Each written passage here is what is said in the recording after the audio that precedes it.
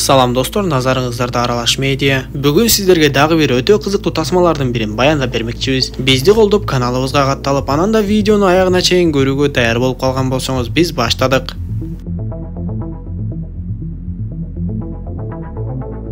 Тасманын башында эле ээн таладагы үйдө жашаган Бен аттуу бала менен таанышабыз. Ал ушул аймакта шерифтин жардамчысы болуп иштейт. Бир топко чейин анын сүйгөн кызы анын жанында жүрдү.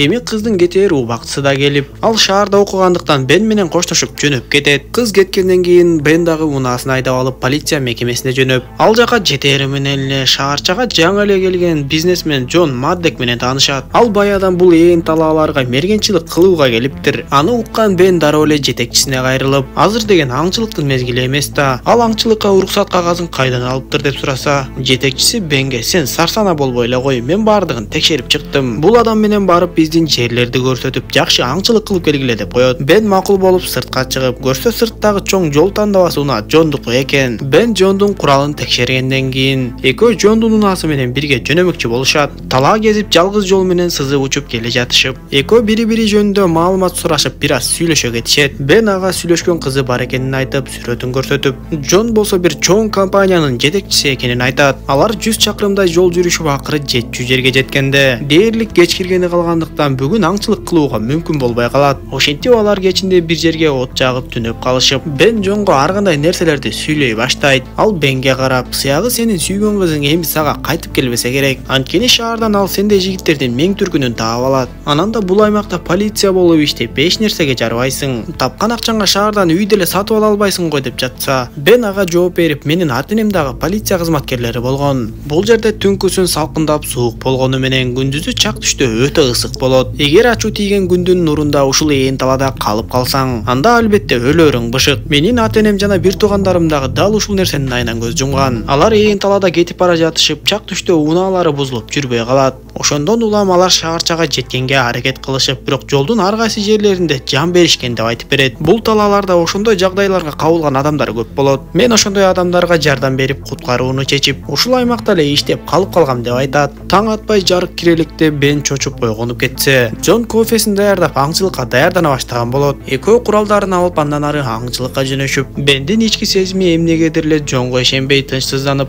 ал Джондон уруксат кагазыңды көргөзчү деп талап кылат. Анда Джон капчыгынан бир канча акчаны санайт да Бенге сунат. Уруксат кагазы жок экенин түшүнгөн Бен бир азга ойлонуп турат да, Джондун акчасын алып андан ары аңчылыкты улантышат. Бир аз баскандан кийин алар тоонун түбүнө келишет да. Бен дүрбүсү менен карап, Джон болсо снайпери менен карап, мемиреген айланадан жаныбарларды издей башташат. Бир кезде эле күн чагылышкан асканын кырынан бир нерсе чыга калгандай болуп, буга чейин да далай жандыкты кырган Джон бир көз ирмемде эле кырдагы кара сөлөкөттү таамай атып жиберет. Буюрса аңчылык жакшы башталды окшойт деп эле алар тоонун кырына чыгып барышат. Бирок кырга чыкканда эч кандай жаныбар эмес эле, ал жерде адам жаткан болот. Экөө дароо эле ал жака чуркап келишип, көрсө Бен ал адамды тааныйт экен. Анын аты Чарли болчу. Шашкалактаган Бен дароо эле куралын таштап: "Мен барып унааны айдап келе калайын, эртерээк Чарлини ооруканага жеткирели" деп чуркап кетет. Джон болсо эми эмне болот деп эле ойлонуп отуруп калды. Баары бир ал жерде жаткан адам өлүп калган эле. Бен унааны тоонун түбүнө чейин айдап келип, кайра шашылып тоого чыгып бара жатканда эле дагы бир жолу мылтыктын атылган үнү чыгат. Бен жогору чыгып Жондон эмне болгонун сурап, көрсө Джон Бендин мынтыгы менен Чарлини башка атып салган болот. Эми Джон Бенге: "Мен сага жакшы бир сунуш айтайын. Мен өзүмдүн компанияма сени жумушка алам. Албетте айлык акысы жогору. Анан да сүйгөн кызыңдын жанына университетке окутуп, окууга кеткен чыгымдарыңды төлөп берейин. Сен бул полициялык ишиңди ташта дагы. Азыр экөөбүз бул адамды көмүп салып, эч нерсени билмексен болуп кетип калалы" деп айтат. "Эгер макул болбосоң, баары бир сен жеңилесиң. Полициялар биз капысынан Чарлини атып алганыбызга ишенбейт. Анткени Чарлинин денесинен алар 2 окту табышат. Алар күнөөнү сага тагышат же мага тагышат.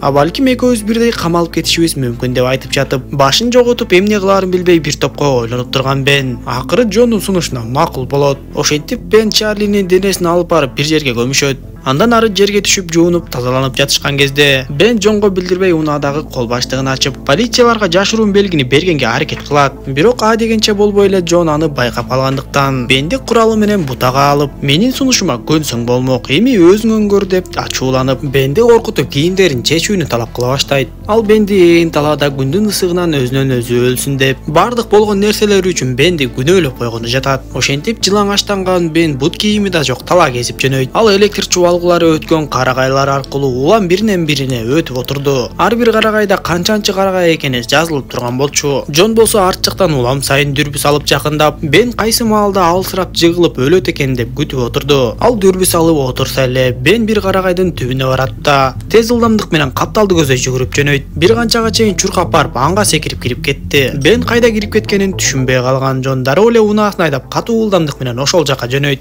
Көрсө Бен бул аймакты абдан жакшы билгендиктен карагайлардын санын санап отуруп атайлап келип ушул анга секириптир. Аңдын бир жеринде бир кичинекей туннель бар болот. Джон ал жерге жетип келип караганда Бен ошол кичинекей туннелге кирип, андан соң топурактар менен көчүрүп жибергенин түшүнөт. Сойлоп жүрүп отурган Бен кадимкидей эле жертөлөөдөн чыгып, ал жерде кадимкидей эле электр жарыгы бар болот. Көрсө бул жертөлөө жанагы өлүп калган Чарли деген адамдыкы болчу экен. Бен дароо эле ал жерден шымды алып кийип, буттары канап жатса да аргасыздан чыдап Чарлинин бут кийимдеринен кийет. Сырттагы Джон болсо айлана тегеректеги аң чөнөктү карап жатып эле жертөлөөнүн оозун таап алат. Ичкериге кирип барып бир үкөктө динамиттер турганын көрүп, алардын экөөсүн күйгүзүп таштап коет да сыртка качып чыгып кетет. Динамитти көргөн Бен дагы жашынып турган жеринен качып чыгып, жертөлөө жарылып кетип, бирок Бен сыртка чыкканга үлгүрүп калды. Сыртта турган Джон Бенди кайрадан бутага алып, жанагы кийип алган бут кийимдерин кайрадан чечтиртет да андан ары жөнөтөт. Ошентип Бен кайрадан тала кезип жөнөп, күндүн ысыгынан улам барган сайын эле алсырап баратты. Бирок ал дагы бир жерди билгендиктен жүрүп отуруп акыры ошол жака жетип, ал жердеги жумшак чүпүрөктөр менен бутун ороп, бут кийим жасап алганга жетишет. Артынан келген Джон болсо Бенге кыйкырып, тезинен ал жактан чыкпасаң мен сени атып өлтүрөм деп коркутат. Бен аргасыз жогору жака чыгып кайра басып жөнөп, жана Чарлинин жертөлөөсүнөн Чарли түзүп чыккан картаны алып алгандыктан, картаны карап Чарли кайсыл жерге эмнени бекитип койгонун көрүп жөнөй баштайт. Ал картада белгиленген жерге келип, ал жерден сандыкты таап, сандыктын ичинен болсо өзүнө керектүү таш мылтыкты табат. Андан ары экинчи белгиленген жерде суу бар экенин түшүнүп, ошол жака жетип барып, дароо эле жерге көмүлгөн идиштеги сууну табат. Өтө суусагандыктан жанталашып сууну иче баштап, бирок арттан келип калган Джон идишти бир канча жолу аткылап, идиштеги суу ар кайсы жерге төгүлүп калбай калат. Эми Бен андан ары басып жөнөп, күндүн ысыгынан улам денесине бүдүр ала бир нерселер чыга баштады. Джон болсо дөбөдө Бенди ырахаттана карап жыргап отурат. Бир кезде Бен акыркы күчүн жыйнап, жакын калган тоону көздөй эле ылдамдап чуркап жөнөйт. Анда Джон дагы алыстап кеткен Бендин аркасынан жетип келсе, бул кезде Бен жерге жыгылып соолуп жаткан болот. Анда Джон Бендин айлана тегерегине бир канча жолу курал менен атып көрөт, бирок Бенде эч кандай кыймыл жок. Акыры өлгөн экенсиң деп ойлогон Джон унаасына отурат да кимдир бирөөгө чалып өзүнүн иштери боюнча сүйлөшө баштайт. Сүйлөшүп жатып эле тоонун бетинде кыбырап Бендин кетип бара жатканын көрүп, "Деги сен кандай өлбөгөн немесиң" деп ачууланып, куралын алып чыгып эле аткалай баштайт. Бактыга жараша Бенге бир дагы огу тийбей, Бен үңкүргөн кирип кеткенге жетишти. Көрсө Бен бул аймакты көп кыдыргандыктан мурун бул жерге да келип, ушул үңкүрдө суу бар экенин көргөн. Ал үңкүргө кирип келгенде тилекке каршы ал суусу солуп калган болот. Айласы кеткен Бен ошол жерде салкындап жатып калды. Бир кезде көзүн ачкан Бен эми караңгы кирип өтө суук боло баштаганын байкайт. Күндүзү мээ какшаткан ысык болгону менен түнкүсүн кадимкидей температура сууктап кетет экен. Эми Бендин бактысына үңкүрдүн башка жеринде суу топтолуп калган болот. Джон болсо унаасынын жарыктарын күйгүзүп, от жагып алып, убактысын эң сонун өткөрүп отурат. Эми бир аз жандана түшкөн Бен үңкүрдөн чыгып тоо бети менен билинбей түшүп келип, Джон ары жакта заара кылып жатканда унаага жетип келип акырын эшигин ачып, үстүнө кийгенге кийим издеп табат. Джон кайтып келип унаага отурганда Бен унаанын аркасына жашынып калып, бирок унаага отурган Джон унаанын эшигин кимдир бирөө ачканын билип калат. Дароо эле Бендин келгенин түшүнүп унаасын артты көздөй катуу айдайт. Бен жерге жата калып унаага тебеленбей калып, андан соң ар кайсы чоң таштардын аркасына жашынып качып жөнөйт. Джон болсо аны бир канча жолу динамит менен жардырганга аракет кылып, андан кийин мылтыгы менен аткылай баштайт. Аткылап жатып бир кезде Джондон октору калбай калып, ал кайрадан мылтыгын октойн дегиче болбой, Бен анын маңдайына чуркап келет да таш мылтык менен таамай атып жиберет. Ал үңкүрдө отурганда таш мылтык менен атканды да жакшы өздөштүрүп алыптыр. Чекеси жарылган Джон көзүн ачса, таң атып Бен анын тамак аштарынан тамактанып жатыптыр. Ошол жерден Джон Бенге дагы бир акыркы сунушун айтат. Ал Бенге $1 миллион